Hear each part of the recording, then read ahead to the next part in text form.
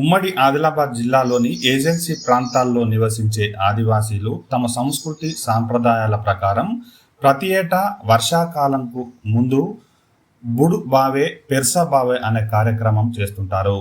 తమ వ్యవసాయ క్షేత్రాల్లో భూమిని దుక్కి చదును చేసుకుని విత్తనాలను నాటేందుకు సిద్ధంగా చేసుకుంటారు. అందులో భాగంగానే వర్షాలు సమృద్ధిగా కురవాలని ఈ బుడు బావే పెర్సా బావే అనే కార్యక్రమాన్ని నిర్వహిస్తారు. ఈ క్రమంలోనే ఆదివాసీల సాంప్రదాయ ఆచారం ప్రకారం గ్రామంలోని చిన్నారులకు గ్రామ పటేల్ వద్ద ఉన్నటువంటి రోకలి దుడ్డును అందజేస్తారు. అయితే ఆదివాసీ చిన్నారులు ఆ రోకలి దుడ్డుకు ఓ కప్పను తీసుకొని తెల్లని వస్త్రానికి పసుపు పూసి కొన్ని రకాల ధాన్యాలు వేసి ఆ వస్త్రంలో కప్పను పెట్టి రోకలి దుడ్డుకు కడతారు.